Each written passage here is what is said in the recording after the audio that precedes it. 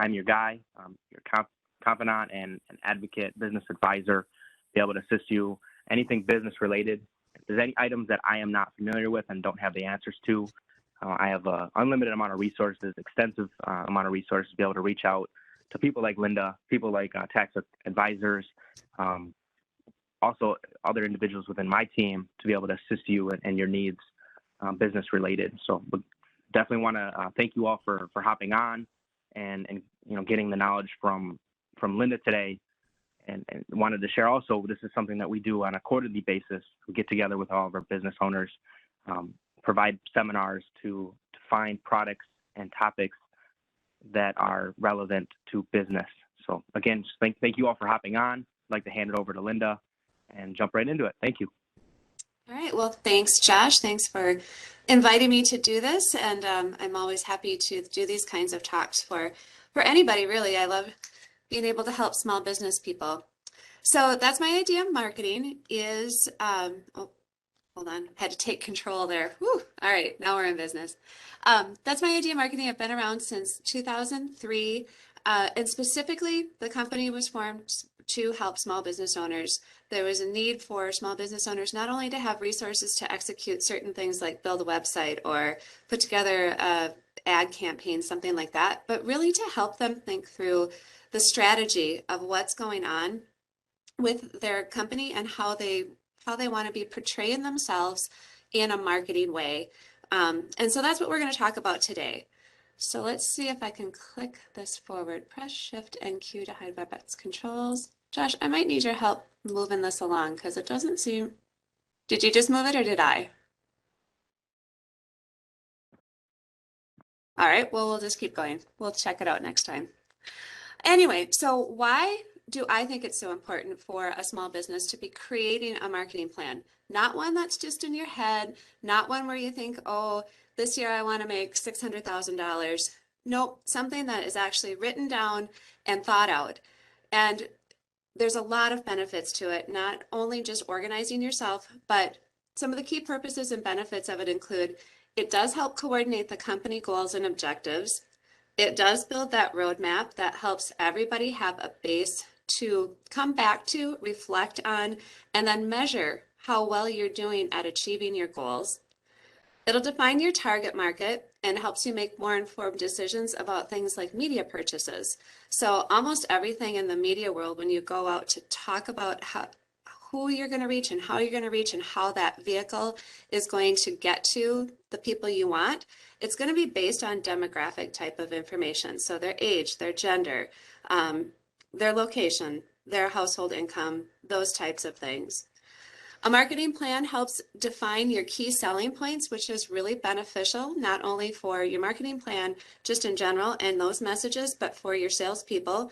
They need to be able to convey those things in a succinct and very clear manner. And everybody across the company wants to be conveying the same points. So having it in an actual marketing plan helps keep everybody on task with that. And to that point, it unifies the efforts of your team on all levels, from your receptionist all the way through to your salespeople and your CEO. And a marketing plan helps you identify different areas that are going to be key growth areas for you. And so that's why it's important too to check in on your marketing plan at least yearly so that you can get a good idea how you're measuring things and if it's working for you, if what you have in place is working for you. But also the world constantly changes. So I always tell people a marketing plan is written with a paper and pencil. It's not written in stone. So it's something that's a living, breathing document because the world constantly changes. COVID was an amazing example of change, right? Everybody that we work with had to, on a dime, change how they were doing business, what their objectives were going to be, and the marketing that we had in place for them, almost all of it changed. So really good way to be looking for opportunities. Even though COVID wasn't great, there was actual great opportunity for several businesses during that time. All right, we're going to try to move the slide again. Okay. All right. So if you've never written a marketing plan before and you think it's a daunting task, it can be. You can make it as difficult and as detailed as as possible. Some people really need that, and you can make it a whole lot less complicated for you. When I start working with clients at That's My Idea, we do a version of a marketing plan with everyone before we even get started. And we're doing it from that capacity. We're trying to gather information about how we're going to, I call it sort them out, how we're going to help them make these decisions. So we do from a mini marketing plan to full-blown, really extensive marketing plans here for people. But I always start with this key tool called a SWOT analysis. If you've written a business plan that you had to turn into a bank for a loan, you probably had to do a SWOT analysis. But if you don't have a piece of paper handy, I would encourage you to pull one out, because some of these things that we're going to be talking about are going to be interactive, and they're going to be pieces that you can write them down now while you're thinking about it going through the seminar, and later on put it into more of a concise marketing plan. All right, so starting with the SWOT analysis. The biggest thing to any marketing plan is, in my opinion, to define your strengths. Every business needs to know that what they do better than their competition, and it goes a lot further than just saying, well, we give good customer service. Everybody gives good customer service. If you don't give good customer service, you really shouldn't be in business. So we're always digging beyond the surface level strengths. What really does make your company special? What makes it stand out from your competition? In our instance, our agency is a little different in that we aren't just siloed on what I call, there's two sides of a marketing equation. There's people that think out the strategy for the marketing plan, and then there's the other half of it that actually puts the vehicles that carry the message in place. We do both sides of that. And so that is the key strength of what our agency does. We help the strategy part, which if you were 3M, you would do that on the corporate side. Then they farm out the web development or the Google Ads typically to another boutique agency to do that, where we marry the two together and we do the work in-house for all of our small businesses. So in my opinion, I think that is the most impressive and most important thing to be thinking about when you start a marketing plan. So I'm going to give you about 2 minutes, and I want you to come up with 3 of your top strengths. And if anybody that is willing to share could put their 3 strengths into the chat, I would love it if Josh or someone could tell me what they are. So we're not going to take a ton of time on this, but as business owners, you have a good idea innately what this is for you. So I'm going to start my clock, and I'm going to give you, let's say, a minute. Come up with your top 3. So that just kind of get this vehicle in motion here. So, all right, go. Thanks, Linda. I'll definitely keep an eye on the chat and share any updates that are shared. Perfect.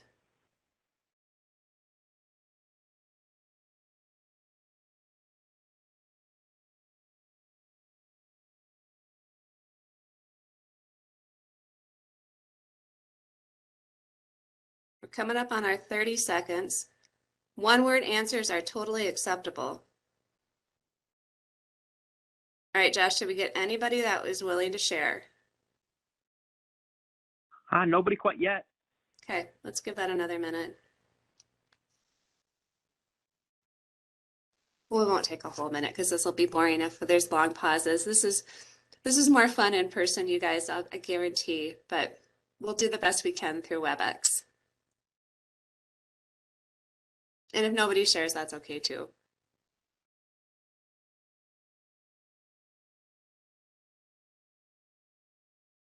If I was going to just throw out words about That's My Idea, I would say that we're organized, we're creative, and our other top word would be that we care, like in-depth care. Your business is our business kind of a thing. So those are top strengths that across the board in our culture, we want to make sure we convey that. Did we get anybody, Josh? I'm not seeing anyone. Okay. I can give you a few with Ideal if that helps. Yeah, that would be great. Is 2-word okay, or is it only 1 word? Totally. Yep. Okay. I'm fishing for anything I can get right now. Feedback is good. Sure. Yes. I like to think Ideal is solution oriented. Okay. Like to think that we pride ourselves you had said, just saying that we're service quality isn't necessarily, the best place to put it out there, but we pride ourselves in going above and beyond. Okay. And then finally, we either make ways to either save money, make money, or save time. Excellent. Those in are all relation to good. banking. They're specific, which is a really good thing. And you gave further context to that one that says that is basically we give good customer service. You actually owned it for Ideal and told me a little bit more about why you give excellent customer service and how that makes a difference for what you do. So that was really good. Thank you. All right, the W of a SWOT analysis. I should also mention the first two, the strengths and the weakness. Those are all internal things that you as a company or as a business owner control. It's not outside forces that are affecting your business. These are internal. So weakness. Common answers that I get from this is, I don't have enough time and I don't have enough money.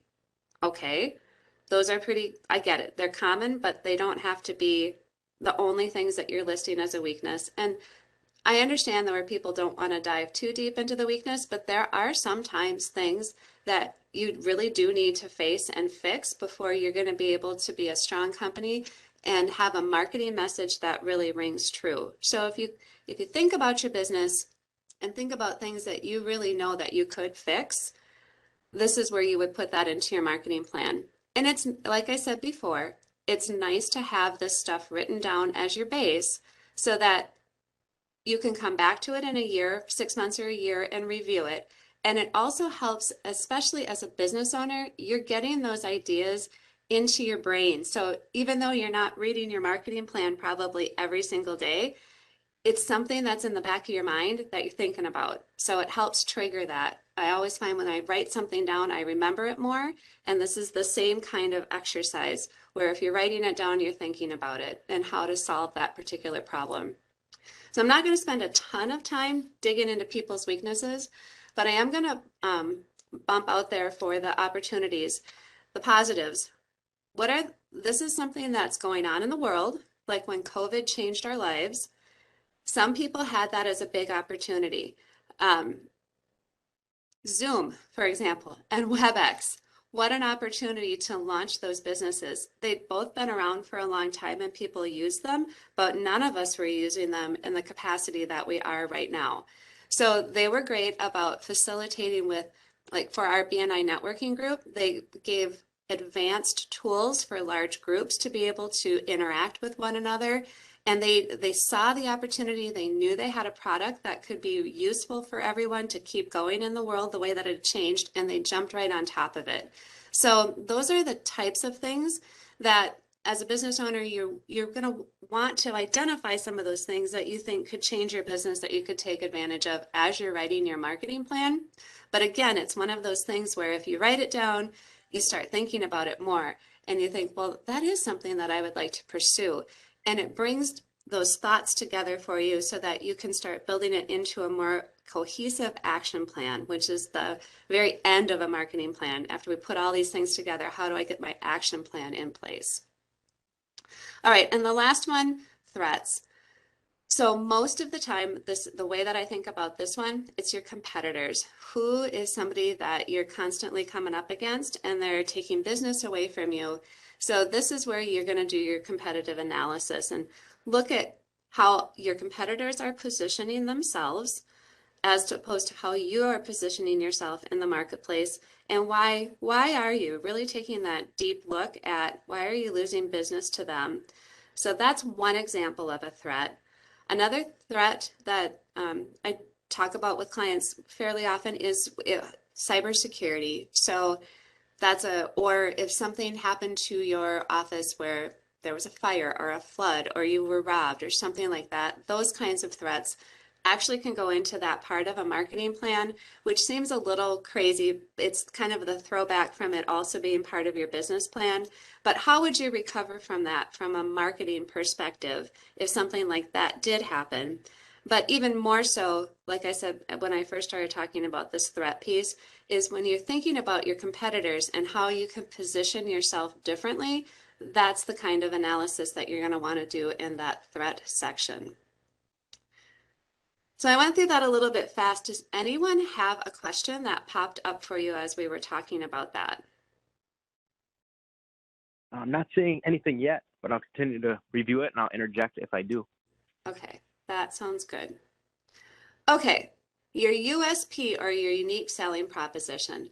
This is really, it's part of a marketing plan that people talk about often, but it's really a compilation or an extension of your strengths. So you write down all your strengths, all the things that are great about your particular company, and you put together a statement of this is like our number one thing. This is our elevator pitch. This is our unique selling proposition of why people would buy from us as opposed to somebody else, and or something that we're doing way better than our competition.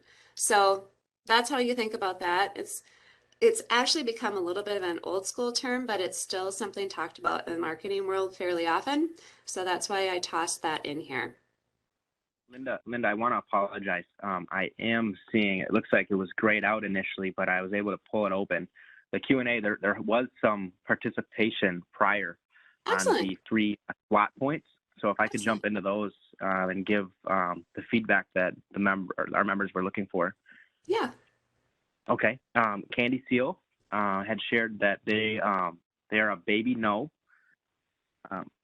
What that means is Bodies, Hearts, and Minds, an online learning program for parents to us or to use with their infants 0 to 12 months.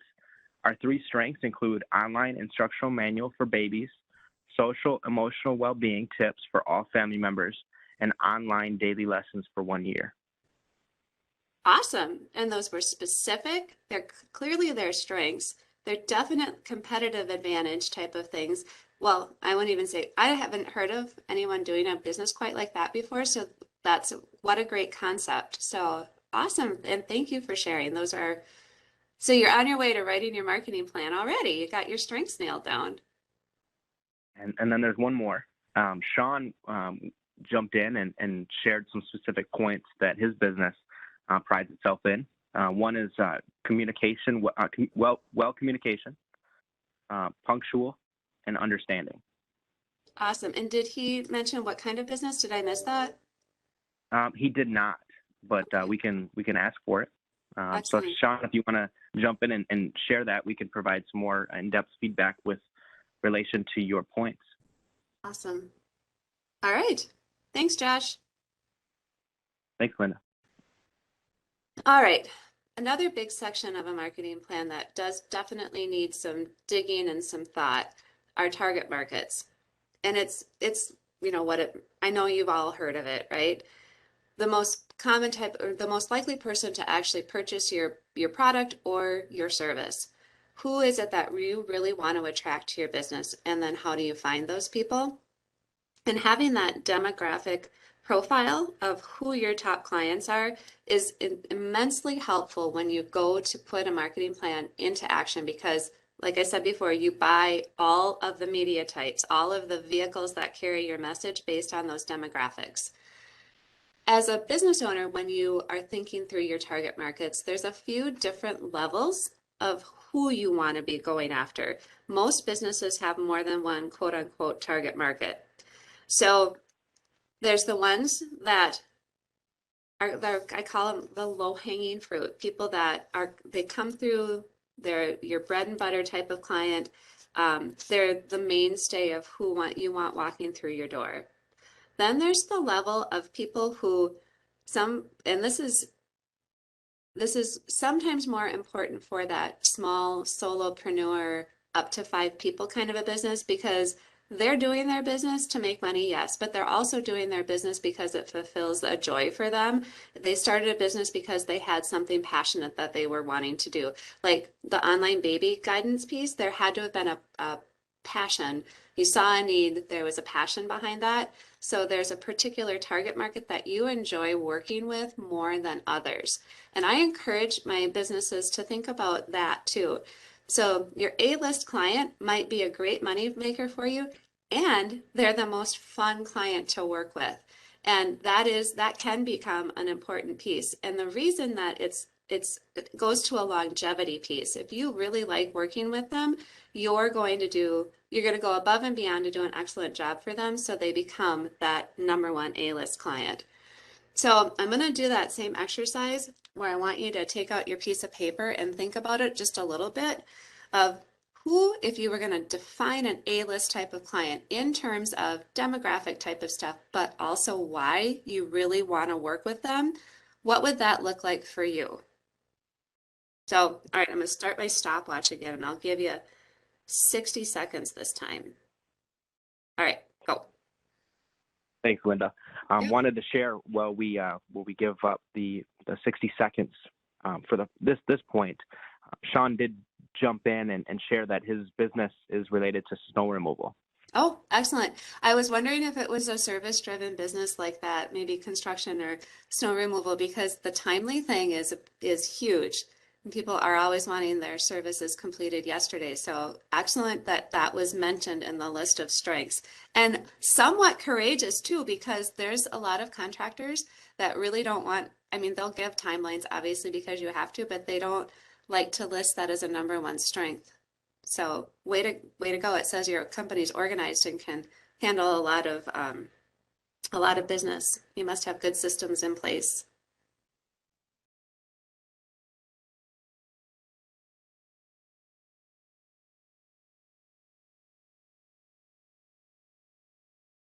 All right. Did anybody come up with a short statement about who their top client would be? And we can keep going and I can come back to this Yeah. too. Okay. Yeah, Linda, for Sean, he's doing a great job participating. He said an A-list client is commercial property, and then just below that is going to be neighborhood driveways. Then lastly, his least favorite to work with is alleys. And Alan, okay. It is actually really helpful to know who you don't necessarily want to work with and why. So that's not a bad thing to include. I like that. That was good. I think if I were to guess, it's probably just because of the numerous um, the numerous clients for one payment, if that makes sense. That's what I would have to assume. Yeah. Yep. Excellent. So that being specific piece, being able to build that profile and to separate these markets into different groups is incredibly helpful. There's so when you go out to shop for media, whatever it might be, if it's Google Ads or social media or whatever it might be that you're going to start using, even local print advertising, the more specific with a group that you can be, the better it helps you track that in your goals and if they're going to be a moneymaker for you. So I have had it where people, they love working with a particular type of client, but they're not going to make any money off of that, which is unsustainable for a business. So by having those separated into groups will help you make those kinds of decisions. All right, and just a quick rundown of that demographic type of thing. So geography is really important for a small business. You are not in this to go after the entire nation. You're looking at Woodbury, the Twin Cities area, maybe Western Wisconsin and Minnesota. You're not trying, especially online, you're not trying to compete with the entire US, which that's good to know. And so that geography indicator is key. Even down to the city level, especially online, you can target areas specifically by zip. You can drop a pin. You can have a 5-mile radius around something. So that micro marketing, it's really important to be specific about that geography information. Then the general demographics like age, marital status, household income, do they have kids, home value, male, female, all of those things help you build that avatar of who your target market groups are. And when I mention the word avatar, literally, some of our clients will want to have an image of what that person looks like to them. So it helps them remember that and really drill into it. So little tidbits that we work with in the marketing world. All right, budget and tracking. So this is the least favorite part of the conversation that I ever have with our clients is you got to have a budget so that you can hold yourself to it and that you can spend your whole budget in a wise way. And you need to track it to know whether or not it was profitable for you. The tracking piece that ends up being the most tedious part for most of our clients, but it isn't it is the most important part of whether or not you're going to be able to decide if it works or not. Everybody gets a gut instinct of, oh, our phone is ringing, it must be Google because we just started that. But unless you ask the specific questions and then keep track of it in an Excel database or on Salesforce or in some other kind of customer response management system, you don't know. And so you can't at the end of the year run the reports to tell you if this was a profitable venture as far as a marketing tool or not. So that's the tracking piece. I kind of went out of order here. The budget piece. So you're not going to do marketing in today's world on a zero budget, but you can do things that are effective and they're low cost. Online versus what people used to spend in print advertising, online versus direct mail, very different types of budgets. But for certain types of marketing, all of those things are still effective. We, in particular, do a ton of online marketing, whether it be marketing through the website, whether it be Google ads or Bing ads or social media type of marketing. All of that can be really effective for you with your messaging and super low cost, great for a small business, which is why so much of it is gravitated there. And, you know, yellow pages are gone. People Google for everything that they need. And reviews and referrals. So those types of things are super important if you're not using those. But print advertising, especially in the local market, still has a place. And so having a well-rounded marketing plan with a few different ways that people can touch base with you, get an impression of your business, and you want to layer those impressions is important for you. And okay, and then my third one that I just sort of mentioned was direct mail. And I'm not saying that these are the only ones, but direct mail, that generally is one of the more expensive ways to reach people, but sometimes that is the most effective of actually getting a postcard in somebody's hand. They're holding on to it. They have to make a decision about whether or not they're going to keep it or toss it. So that impression gets made. We use that here if we're doing other types, like if we're doing a campaign where we're doing a launch social media, a launch through Google, and then we'll layer the local market with a piece of direct mail because you touch point people in all of those ways. So it's good to think about how you're going to put that budget together so you can accomplish all of those goals. All right, but the thing about a budget is I'm going to go back to the marketing plan is written on paper with a pencil, and it probably needs to change at least a few times during the year. So if you're tracking things, you know what's working and you know what's not working, and so that you can move within that budget and within that plan. Leaving a little bit of budget money that you know is out there if opportunities pop up is always suggested. If you can, definitely a little bit of earmark of funds for one really great opportunity comes through. So that's the building of the budget takes a little bit of thought of how you want that to go out, of how you're going to execute that and then keep track of it. So does anybody have any questions about that? No? I get asked the question pretty often of what's an appropriate budget? So should I be spending 10%? Should I be spending 20% of my gross sales? There was a rule of thumb at one time when it was strictly, we had like three options. We had print, we had billboards, and we had TV. Well, it was the ad agencies all said you got to spend 20% of your gross, or you're not going to have a decent budget. You're not going to, it's not well funded enough. That's really not true anymore because of all of those online opportunities that you can be taking advantage of that don't cost nearly as much. So 20% I would not say is necessarily your rule of thumb, and it has to be what you can afford, first of all, and with some good guidance, what is an effective way to be spending that. So that's where I would come at it from. All right, questions again? No questions yet, but Sean did bring up a great point as far as being required to spend money in order to make money. Obviously, that's something that rings true here as well. Yep. Yep. Smart business owners completely understand that. So it is true. You can't nothing. It's just not free. You have to be able to have a budget, or otherwise you're really not going to have any traction out there. All right. All right, closing sales and your quality of inquiries versus your sales process. So this is part of your overall tracking. This is a question I just went through with someone a couple of days ago. So, and here's what it is.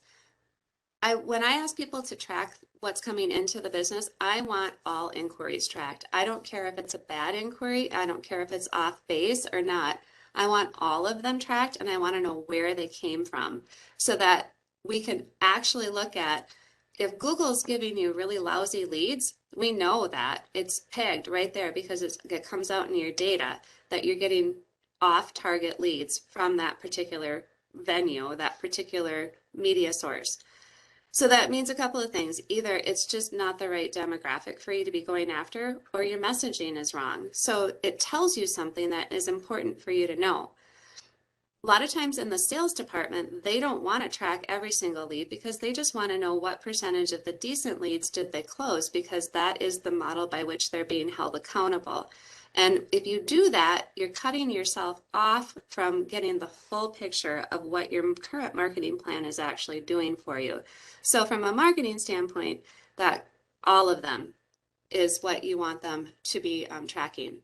So the other part of this is also understanding that quality leads and your sales process work together. So leads that come in, that's what marketing is supposed to do, is to make the phone ring or to make your website forms come through. But it's not the job of marketing to actually close that sale. That's where there's the handoff that goes to your salespeople. Now, marketing can support that salesperson and through the different types of sales materials and the messaging and that sort of thing. But ultimately, the actual closing of the sale so that you get to your closing rate is marketing working with the sales department. Most of the time for small business owners, it's the owner that's doing most of all of those sides of things. So it's easy to get the information, but not always. So does anybody have any questions about that part?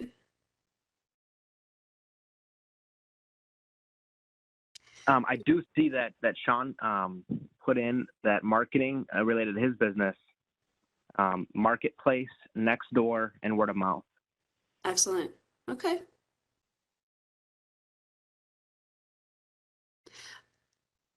His name is Sean, right? Josh? Correct.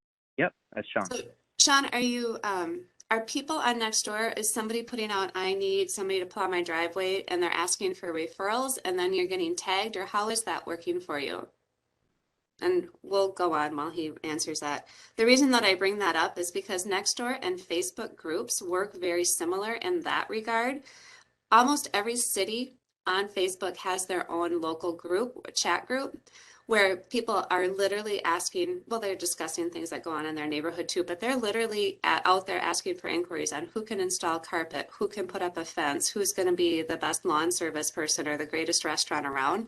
So service industries do really well in those venues. So it's worth it to have an active presence in social media for that. So when somebody tags you to refer to their neighbor, they get to write to your Facebook page, for example, and they can learn a little bit about you before they call. It's a way for consumers to vet who they're going to hire is by the quality of your Facebook page. And Nextdoor is similar.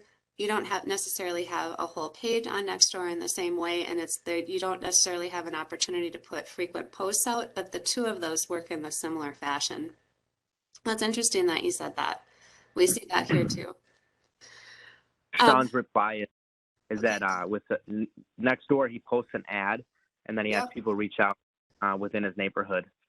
Let's see here. I need that service, and then others feed off of that ad. Yep. Yep.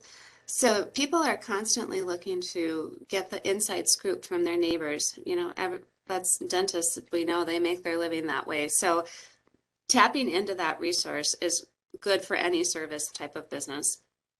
products too, but I see it working better for service-oriented businesses. All right, the reason, just to reiterate, the reason that I have this as part of this whole marketing plan and setting up a marketing plan discussion is because it's the tracking. It all comes down to how are you going to, it's part of your marketing plan to determine how are you going to track these inquiries and help you make decisions when it's time to update your marketing plan. Okay. So the action plan. This is, it's your month by month piece of these are the different types of vehicles that I'm going to put together and have them carry my message.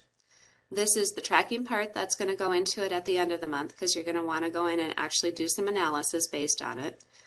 You're going to cost out what each one of those things is going to cost you each month so you can help create your budget so you know where your spends are going to come.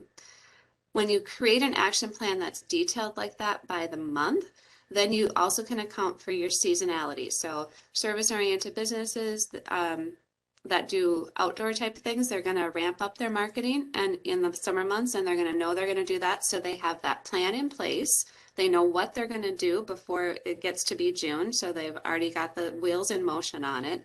And they know that they have to budget a certain amount for it.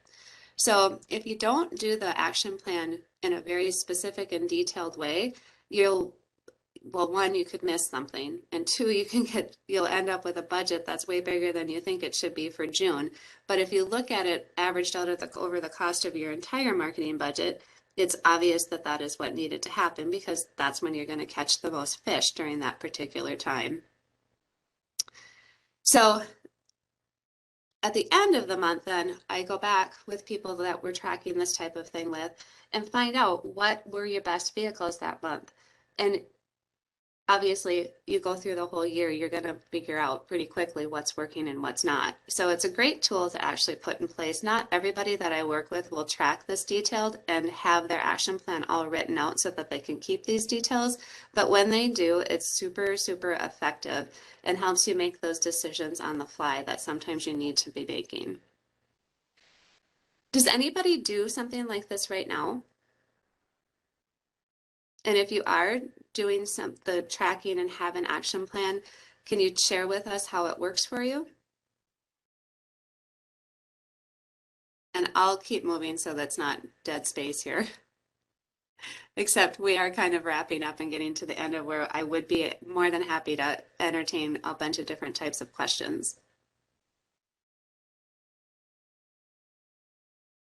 I'm not seeing any activity quite yet, but of course we will turn it over some questions. Hope for, like you said, a multitude of different questions that come up related to marketing. Okay. So this was a pretty high level overview of the building blocks that go into a marketing plan. We have a condensed worksheet that I would be happy to share with people so that if you weren't taking notes and you still want that guidance to kind of pull you through writing this out, I'm happy to send it to you. If you want to just pop the name of your business and your email in the chat, I'll make sure that Josh or I get it to you so you have that. People don't start their writing marketing, they don't start the actual writing of their marketing plan because they do think it's so overwhelming. But the fact of the matter is, even if you just get some of these bullet points in place, it's going to be helpful for you. I've written a bunch of different marketing plans over the years for this company, and I know I'm in the business, so it's maybe a little geeky on my part, but I do like going back to 5 years ago to look at what I had set out as goals and my plans and to see how close I came. Like sometimes you don't get it all. The fruit of your labor doesn't show up for that first year, but by year 2, by year 3, you can see the trajectory and how it's starting to pay off for you. So there's validity in doing that just for that. It looks like we're getting some emails coming through. Did we got a question. Okay, good. Question. It says, what's your advice about filing and organizing documents for future reference, programs or internet programs? For filing documents. So what we do here is we store all of our stuff in an enterprise Dropbox so that we can share things back and forth with each other. And the storage on it, the capacity is awesome. So It's easy to enter, it's easy to access from any computer, and you can share the documents really easily. So we like that for document storage. For task management and for client relationship type of stuff, we use it's called monday.com. And it's great for what we do because we deal in details here and making sure that we get everybody's details done. So there's a lot of stuff, a lot of tidbit type of information that goes between the account reps and the creative department and graphic design and clients even. And we track all that in this Monday thing. And what I like about Monday is it allows you to set your boards up like a big Excel sheet, but there's extended pieces that you can use for tracking. Like we have it set up so it's a new assignment and then proof is in-house or proof went to client or there's changes, that sort of thing. So it helps us track those details. So I'm not sure if that's exactly what you were asking for, but those are the two that we use the most at our office. And Dropbox is where we store all of our documents. And many years worth of data is sitting in our Dropbox for to look back on. Yeah, I like Dropbox too. One main reason why I like it is not only to be able to access it on any computer, but also tablet or smartphone as well, which you usually have on you 24/7. Yep, exactly. It's so accessible and easy. And in our business, we have big files. Some of our graphic files, especially when we have to send them out to print, they're huge. Or even when we have to send a proof once in a while to a client, they get to be really big because there's a lot of graphics and pictures in these documents. So you can send a link super easy just via email, and you don't have to worry about it getting bumped out of anybody's email box because it's over 10 megabytes. So that's handy with Dropbox too. It's not one of the things though, you're not going to store your tax documents there because it's not meant for that. It's not a secure password protected VPN portal. It's not that. So I wouldn't use it in that capacity. Anybody got anything else?